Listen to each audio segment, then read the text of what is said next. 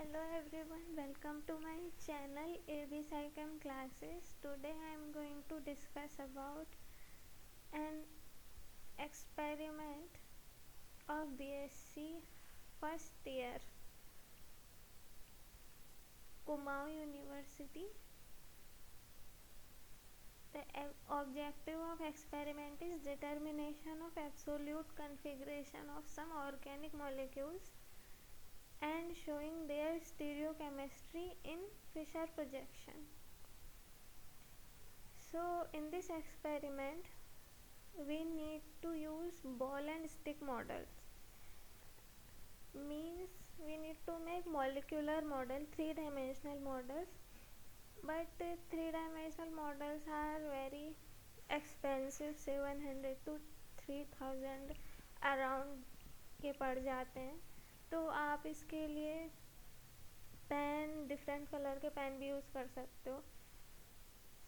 इसके लिए जो है आपको बताती हूँ.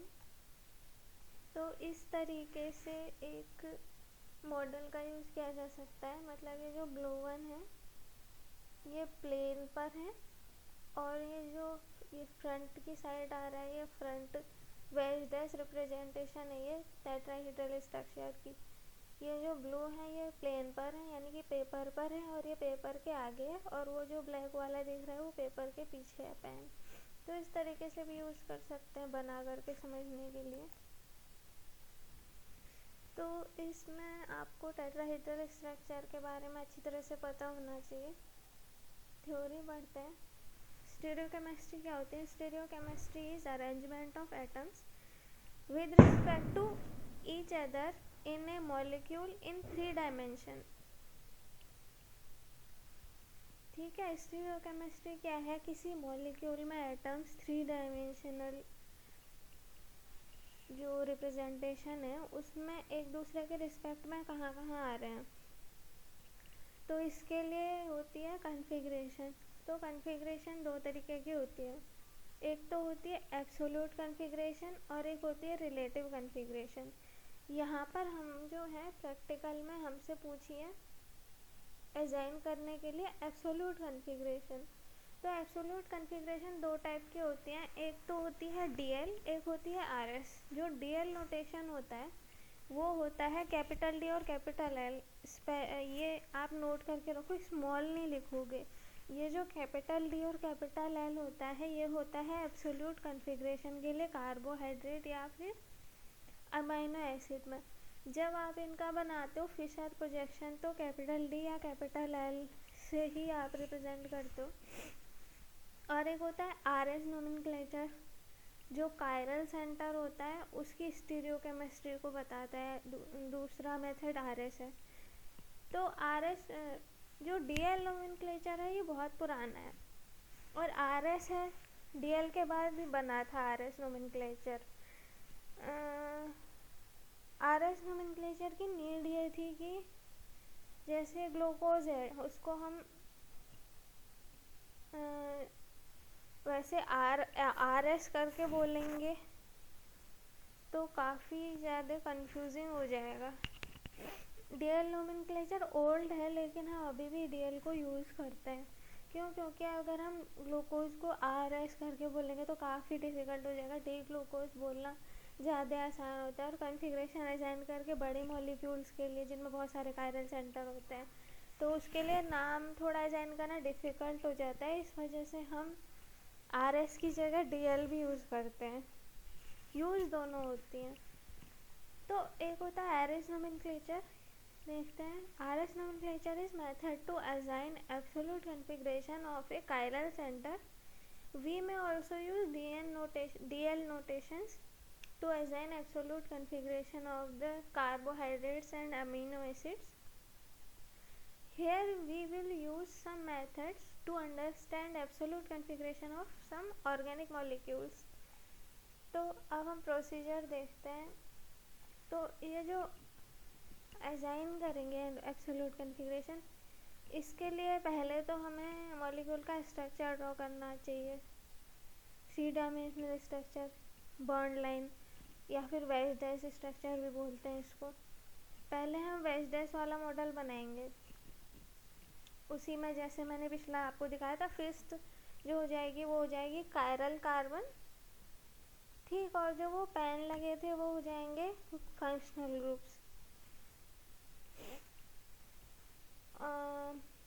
In order to assign absolute configuration of a molecule, we have to first make its three-dimensional bond line model and then convert this model into Fisher projection. Or we may draw any Fisher projection on paper and convert it into bond line projection and then showing that in a three-dimensional model. यानी कि या तो हम पहले bond line एक 3D model बना दें, फिर उसके बाद फिशर प्रोजेक्शन में कन्वर्ट करके कन्फिग्रेशन दे दें, या फिर हम एक फिशर प्रोजेक्शन लेंगे, उसका हम एक वेज डैश रिप्रेजेंटेशन बनाएंगे, फिर उसके बाद उसका हम RS या फिर DL जो भी है RS असाइन कर देंगे, ठीक है। अब देखते हैं, in order to do that we have to follow following rules. तो इसके कुछ रूल्स हैं। Bonds and functional groups which are on the plane of paper and bond line projection should be on vertical line of Fischer projection, ठीक है। हम ये example के time पे मैं आपको बताऊंगी, लेकिन आप इस पॉइंट को याद रखना। जो बॉन्ड फिशर प्रोजेक्शन की वर्टिकल लाइन पर होते हैं वो कौन से होते हैं? वो बॉन्ड जो होते हैं बॉन्ड लाइन या फिर वेज डैश के प्लेन ऑफ पेपर पर होते हैं, और जो बॉन्ड वेज डैश की हॉरिजॉन्टल लाइन फिशर की हॉरिजॉन्टल लाइन होती है, वो वेज डैश रिप्रेजेंटेशन के फ्रंट और बैक बॉन्ड होते हैं या फिर वेज डैश बॉन्ड होते हैं। Horizontal line in Fisher projection are bonds which are coming towards the viewer, ठीक है। अब ये एग्जाम्पल देखते हैं हम। Observation and assigning absolute configuration of some molecules. तो ये क्या है? CH3C2H5 methyl ethyl hydroxyl group और एक हाइड्रोजन, ठीक है। तो ये टेट्राहेड्रल टाइप का स्ट्रक्चर है। ये जो कायरल कार्बन है, ये कायरल कार्बन क्यों है? क्योंकि 4 डिफरेंट ग्रुप लगे हैं। इस कार्बन में जो हाइब्रिडाइजेशन है वो sp3 होगी। मान लो कि मैं ऑब्जर्वर हूँ और मैं यहाँ पे खड़ी हूँ, तो मैं इस तरफ को देख रही हूँ, ये दो बॉन्ड जो हैं ये मेरी तरफ को आ रहे हैं, ठीक है। ये बॉन्ड दोनों मेरी तरफ को आ रहे हैं। मान लो ये आर्म्स हैं दो, ये इस तरीके से ये दो वाले आर्म ये मेरी तरफ को आ रही होंगी। तो ये मेरी कौन सी साइड होगी? मेरी लेफ्ट साइड में OH है और राइट साइड में H है। आप भी मतलब अपने आप को भी कंसिडर कर सकते हो, वहाँ पे आप खड़े हो तो ये आपकी कौन सी साइड होगी? लेफ्ट या राइट? तो हम सबसे पहले क्या करेंगे, हम एक इस तरीके से हॉरिजॉन्टल एक वर्टिकल और एक हॉरिजॉन्टल लाइन ड्रॉ करेंगे। ये जो है ये सेंट्रल एटम है कार्बन, ये वाला सेंट्रल एटम, ये वाला सेंट्रल एटम, ठीक। उसके बाद जो ये वाली लाइन है, ये C2H5 ये और ये CH3, ये लाइन कौन सी है? प्लेन ऑफ पेपर पर है। तो हमने ऊपर रूल में क्या देखा था? तो हमने ऊपर रूल में क्या देखा था कि जो लाइन प्लेन ऑफ पेपर पर होती है वेज डैश रिप्रेजेंटेशन में, वो लाइन वर्टिकल लाइन होती है। तो CH3 C2H5 वर्टिकल हो गई, ये टॉप पर था ना और ये नीचे था। अब ये कहाँ लगाएंगे? ये हॉरिजॉन्टल लाइन में होता है, तो ये इस तरीके से, मतलब फिशर प्रोजेक्शन में जो हॉरिजॉन्टल लाइन होती है ये हमारी तरफ को आने वाली लाइन होती है। ये जो है ये हमारी तरफ को आ रहे हैं, व्यूअर की तरफ को, और ये जो वर्टिकल लाइन है ये हमसे दूर को जा रही है। यहाँ पे खड़े हो बिल्कुल ऐसा ही, ये हमारी तरफ को आ रहा है और ये हमसे दूर को जा रहा है। ये हो गया फिशर प्रोजेक्शन बॉन्ड लाइन का। तो इसका नाम क्या होगा, इसकी RS कैसे निकालेंगे। अब हम RS कॉन्फ़िगरेशन निकालने के लिए चैन इनगोल्ड प्रीलॉग रूल होता है हमारे पास। तो उस रूल के अकॉर्डिंग क्या होता है, जो एटम जो कायरल कार्बन से जुड़ा है, पहला एटम देखते हैं किसका एटॉमिक मास सबसे ज़्यादा है, उसकी प्रायोरिटी 1 हो गई। फिर सबसे ज़्यादा एटॉमिक मास किसका है, ये दोनों तो कार्बन ही है ना, तो दोनों का एटॉमिक मास सेम है। तो कार्बन के बाद दूसरा एटम कौन सा जुड़ा है इसमें, इस वाले कार्बन में हाइड्रोजन जुड़ा है दूसरा एटम, और इस कार्बन में एक और कार्बन जुड़ा है दूसरा एटम। तो ज़्यादा प्रायोरिटी फिर किसकी हो गई, C2H5 की, और कम किसकी हो गई, इसकी। तो पहली प्रायोरिटी तो हाइड्रोक्सिल ग्रुप की होगी, फिर सेकंड आएगा इथाइल, फिर मिथाइल। तो फिर इसमें रोटेट करो फर्स्ट से सेकंड से थर्ड प्रायोरिटी में। तो रोटेशन किस तरीके का होगा, क्लॉकवाइज रोटेशन। बट यहाँ पे रोटेशन क्लॉकवाइज है, लेकिन जो हमारा लीस्ट प्रायोरिटी ग्रुप है यानी कि हाइड्रोजन लीस्ट प्रायोरिटी ग्रुप क्यों है, क्योंकि सबसे कम इसका एटॉमिक मास होता है। तो ये जो लीस्ट प्रायोरिटी ग्रुप है ये फ्रंट पर है, तो हम वैसे क्लॉकवाइज रोटेशन के लिए R होती है कॉन्फ़िगरेशन, लेकिन जब लीस्ट प्रायोरिटी ग्रुप फ्रंट पर होता है यानी कि वेज पर होता है, तब हम R को S से रिप्लेस कर देते हैं और S को R से रिप्लेस कर देते हैं। तो यहाँ पे R होना चाहिए था, लेकिन ये फ्रंट पर है, तो क्या हो जाएगा S। तो ये क्या हो जाएगा S2-ब्यूटेनॉल। तो दूसरा एग्जांपल देखते हैं। दूसरा एग्जांपल है ये, यहाँ पे हमें RS निकालना आना चाहिए। तो सबसे पहले तो ये बनाना आना चाहिए, हम ऐसे करके बना देंगे। यहाँ पे 2 कायरल कार्बन है, तो इस तरीके से 2 हॉरिजॉन्टल लाइन बना दी। अब जो हमारा प्लेनर है, प्लेनर वाला लिख देंगे CH3 CH3। अब हम यहाँ से देखो, अगर आप यहाँ पे खड़े हो तो आपके राइट साइड पर OH आएगा, लेफ्ट साइड पे H आएगा, ये लेफ्ट पे H आ गया, यहाँ राइट पे OH आ गया। अब अगर आप यहाँ से देख रहे हो तो राइट साइड पे आ जाएगा Br, लेफ्ट में आ जाएगा H। ठीक, अब इसका वो असाइन कर लो RS में सबसे पहले फर्स्ट प्रायोरिटी ये कायरल कार्बन के लिए हम सेंटर के लिए R या S चूज कर रहे हैं, तो पहली प्रायोरिटी कौन सी जाएगी, first bromine, then this carbon 2, then this 3। लेकिन ये एंटी क्लॉकवाइज रोटेशन है, और जो least priority group 4th number की प्रायोरिटी का ग्रुप है वो फ्रंट में आ रहा है। तो हमारा कॉन्फ़िगरेशन क्या हो जाएगा, S का R यानी कि R हो जाएगा। ठीक, इसके लिए, और इसके लिए क्या हो जाएगा, इसके लिए निकालोगे तो ऐसा आएगा। तो ये क्या हो जाएगा, इसका नाम 3-ब्रोमो-2-ब्यूटेनॉल या फिर 2S3R। यहाँ से गिनना शुरू किया ना, 1 2 3 4, 1 2 3 4, 2S3R 3-ब्रोमो-2-ब्यूटेनॉल।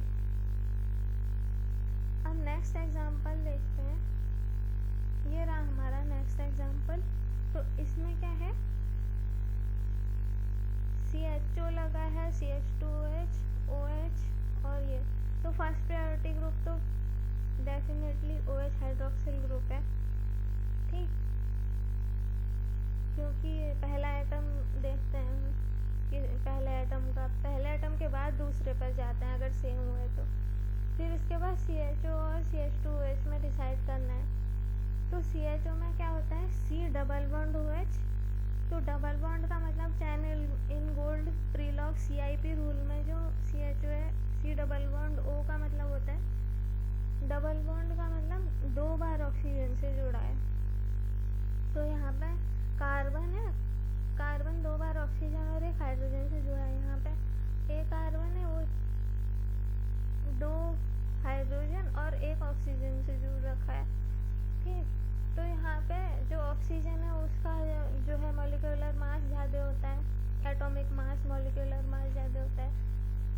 यहाँ पर 2 ऑक्सीजन है और यहाँ पे एक ही ऑक्सीजन है, तो हमारा सेकंड प्रायोरिटी CHO ग्रुप की हो जाएगी। तो first priority, second priority, then third priority. तो ये क्लॉकवाइज है और जो लीस्ट प्रायोरिटी ग्रुप है वो डैश में आ रहा है, वेज में इस बार OH है और ये डैश में आ रहा है, तो कन्फिग्रेशन R ही रहेगी। तो अब हम इसको ड्रॉ करते हैं वर्टिकल हॉरिजॉन्टल। वर्टिकल लाइन में क्या आ जाएगा CHOC CH2OH। Then horizontal line में आप यहाँ पे अपने आप को इमेजिन करो, आप यहाँ पे खड़े हो, इसको देख रहे हो, ये दोनों बॉन्ड जो हैं ये आपकी तरफ को आ रहे हैं और ये 2 बॉन्ड आपसे दूर को जा रहे हैं। तो आपके राइट साइड में क्या है OH और लेफ्ट में H, तो ये ऐसे ही करके राइट में OH लेफ्ट में H आ जाएगा। इसका RS में नाम क्या हो जाएगा R प्लस ग्लिसरैल्डिहाइड। ये प्लस क्या है ना, ये ऑप्टिकल रोटेशन है, ये एक्सपेरिमेंटल होती है, इसको हम मॉलिक्यूल को देख करके नहीं निकाल सकते हैं। इस प्लस को कभी कभी हम स्मॉल d से भी शो कर देते हैं। प्लस माइनस जो होती है ऑप्टिकल रोटेशन होती है और स्मॉल l और स्मॉल d भी ऑप्टिकल रोटेशन के लिए यूज़ होते हैं, और ये जो कैपिटल DL है ये कन्फिग्रेशन के लिए यूज़ होता है। तो यहाँ पे क्या नाम हो जाएगा इसका, या फिर इसको और क्या लिख सकते हैं फिशर के केस में, ये जो है हाइड्रोक्सिल ग्रुप आपका अगर राइट साइड पर होता है तो हाइड्रोक्सिल ग्रुप भी कौन सा वाला, मोस्ट ऑक्सीडाइज्ड कार्बन।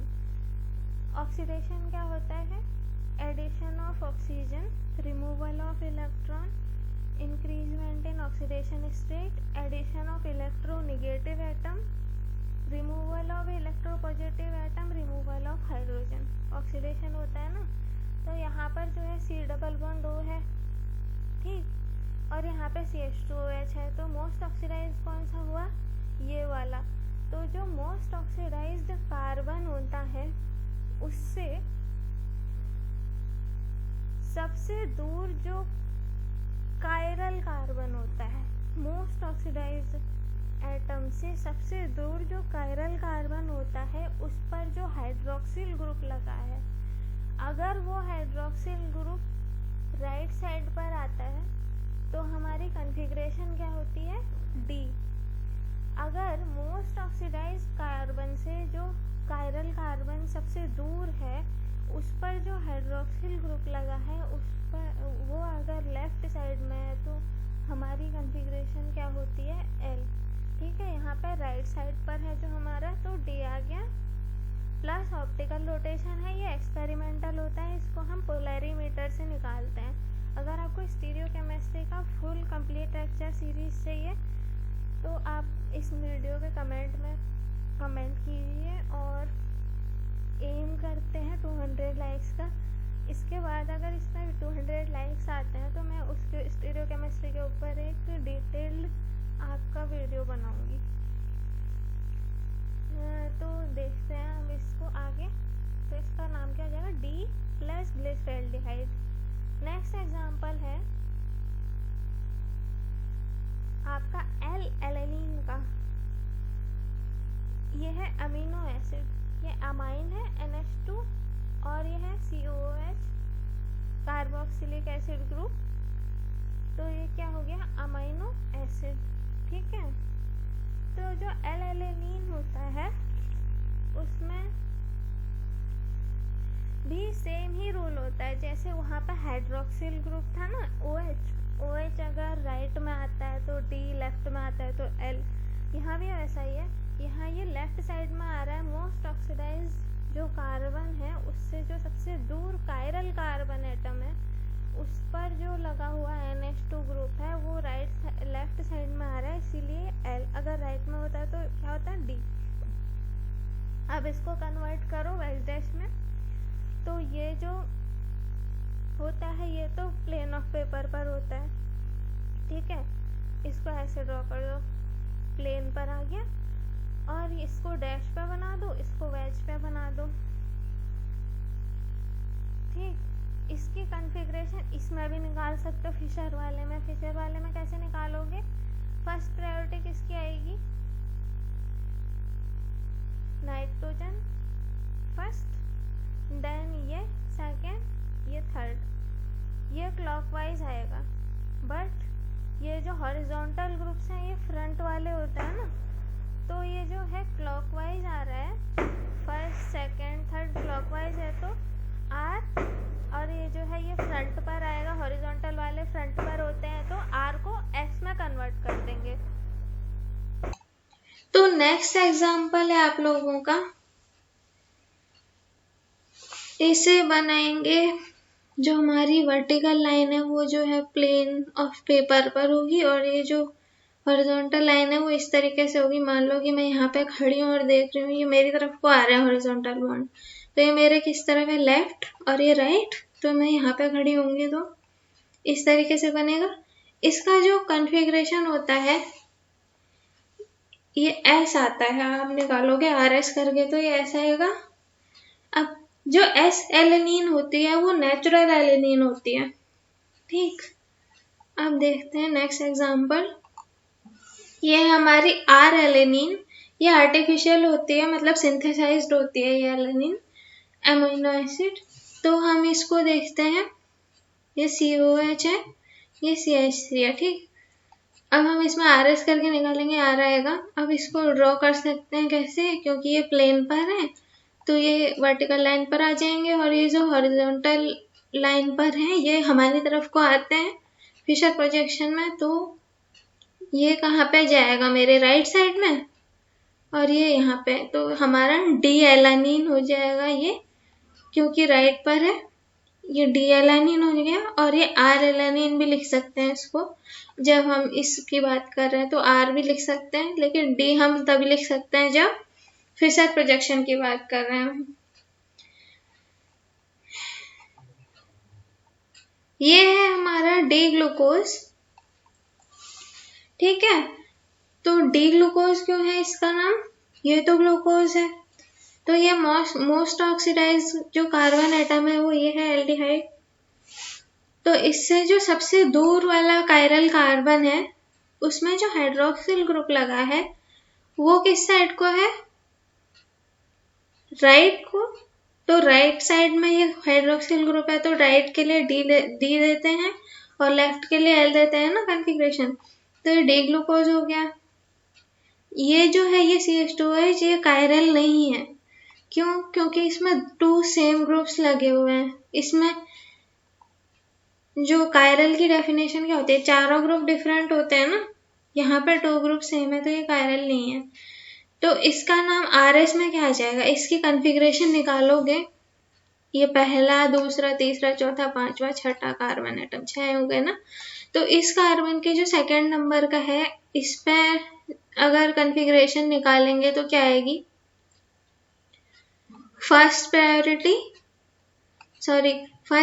हाइड्रोक्सिल क्या आएगी, सेकंड ये CHO हो जाएगा, थर्ड ये वाला, तो 1, 2 और 3 इस तरीके से क्लॉकवाइज आएगा, सॉरी एंटी क्लॉकवाइज जा रहा है, एंटी जा रहा है ना क्लॉकवाइज, इस तरीके से ये एंटी क्लॉकवाइज रोटेशन होगा, 1, 2, 3 एंटी क्लॉकवाइज रोटेशन पर। तो ऐसा आना चाहिए था, लेकिन ये जो ये है हॉरिजॉन्टल लाइन में जो ग्रुप होते हैं वो फ्रंट पे आ रहे होते हैं, हमारी साइड को आ रहे होते हैं, और एस लीस्ट प्रायोरिटी का ग्रुप है, और जब लीस्ट प्रायोरिटी का ग्रुप फ्रंट पर होता है तो हम आर को एस और एस को आर कर देते हैं, तो एस का आर हो जाएगा। ऐसे ही बाकी सारे भी निकाल सकते हैं हम। अब इसके लिए देखेंगे तो फर्स्ट प्रायोरिटी किसकी होगी, हाइड्रोक्सिल ग्रुप की, सेकेंड प्रायोरिटी इसकी होगी, और थर्ड प्रायोरिटी इस वाले की। तो 1, 2, 3 ये कौन सा रोटेशन हो रहा है हमारा, ये क्लॉकवाइज रोटेशन है, पर ये जो H है ये हमारा फ्रंट पर आ रहा है, तो R को S और S को R करेंगे तो यहाँ पे S हो जाएगा।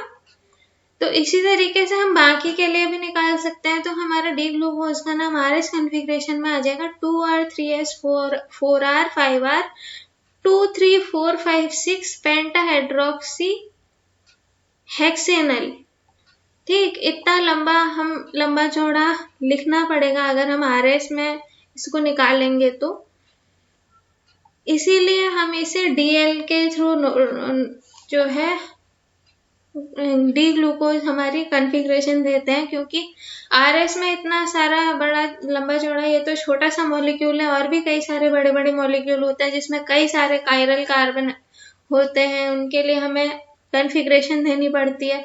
तो in spite of DL notation is old, it is still used because RS notation is bit difficult.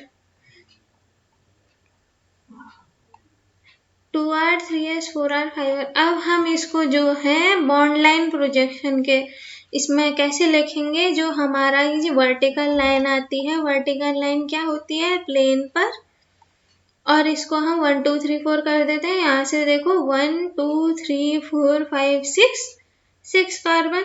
अब हम जब यहाँ पे खड़ी हूँ मैं इसके सामने, मेरा सिर जो है एल्डिहाइड की साइड को है, ठीक है, मैं खड़ी होंगी तो एल्डिहाइड की साइड को मेरा सर होगा, ठीक। तो जो मेरा हाथ होगा राइट हैंड वो OH की साइड होगा, और लेफ्ट हैंड मेरा कहाँ पर होगा, ये हाइड्रोजन की साइड को होगा। तो मैं यहाँ पे खड़ी हो जाऊंगी ऐसे करके, आप अपने आप को इमेजिन कीजिए इस तरीके से आप यहाँ पर हो, और आपका सिर जो है इस साइड पर है, और आप यहाँ सामने से देख रहे हो। तो आपकी जो राइट साइड है वहां पे OH आ गया और लेफ्ट पे H आ गया। वैसे ही आप यहाँ पे देख रहे हो, आपकी साइड को आ रहा है OH, लेफ्ट में जा रहा है, और ये राइट में। तीसरे कार्बन में देखो आप यहाँ पर हो और आपका सिर यहाँ पर है, सिर इधर हो गया, और पैर जो है इस तरीके से यहाँ पर होंगे। तो जो आपके इस साइड को आएगा, राइट साइड को, अब आप ऐसे ऊपर से देख रहे हो इसको मॉलिक्यूल को, और आपका सिर इस साइड को है और पैर यहाँ पर होंगे कहीं। तो यहाँ पे देख रहे हो तो इसमें क्या होगा, इस तरीके से देखोगे तो ये राइट साइड होगी आपकी और ये लेफ्ट साइड होगी। इसी तरीके से हम इसको ड्रॉ कर देते हैं, ठीक। अब यहाँ पे नोट में क्या लिखा है, on carbon 2 in Fischer OH group is toward viewer and in right hand side of observer. इसलिए क्या होगा, in bond line structure it's on observer's right hand side on. Similarly we can draw other structures, these structures।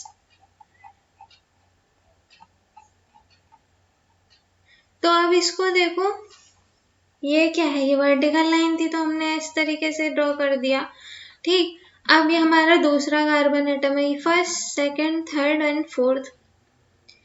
तो ये जो हमारा दूसरा carbon atom है उसमें जो ये है, ये राइट साइड में आ रहा है हमारे, तो ये ऐसे करके लिख दिया। आप यहाँ पे खड़े होके देख रहे हो तो ये राइट साइड में आ रहा है, लेफ्ट में आ रहा है, और यहाँ पे खड़े होके देखोगे तो ये आपकी राइट साइड होगी, ये लेफ्ट होगी।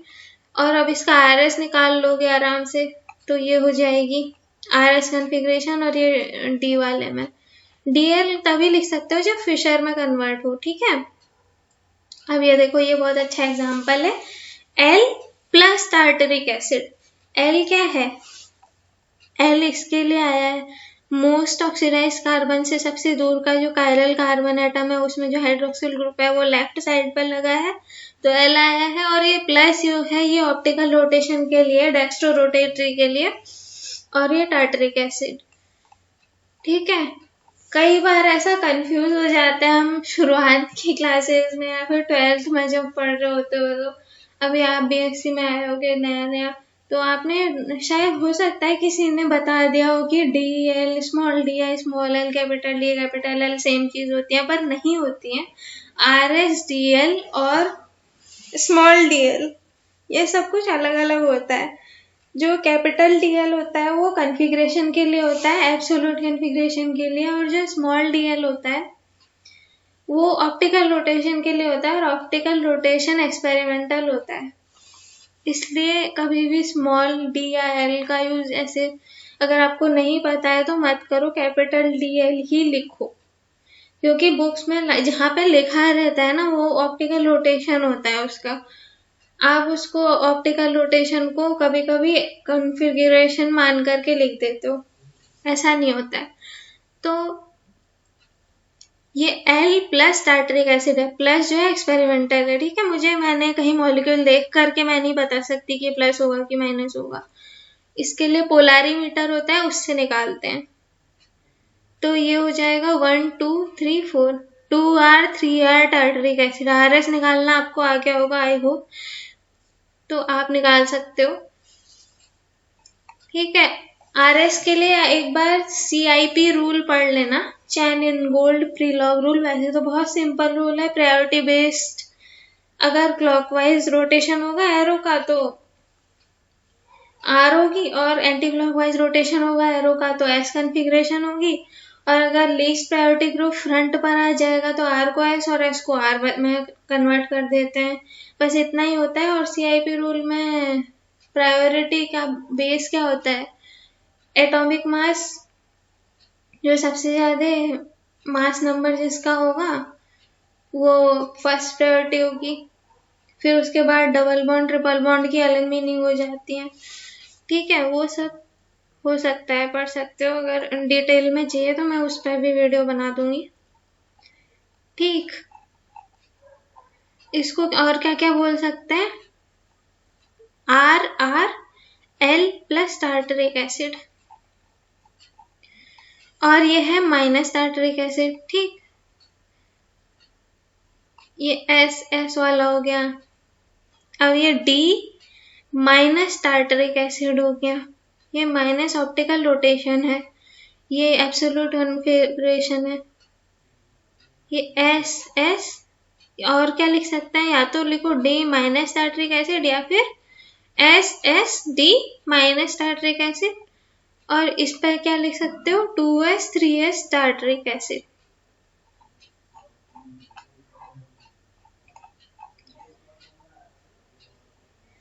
ठीक, अब ये क्या है एग्जाम्पल? नेक्स्ट एग्जाम्पल देखते हैं। नेक्स्ट है आपका मीजो टार्टरिक एसिड।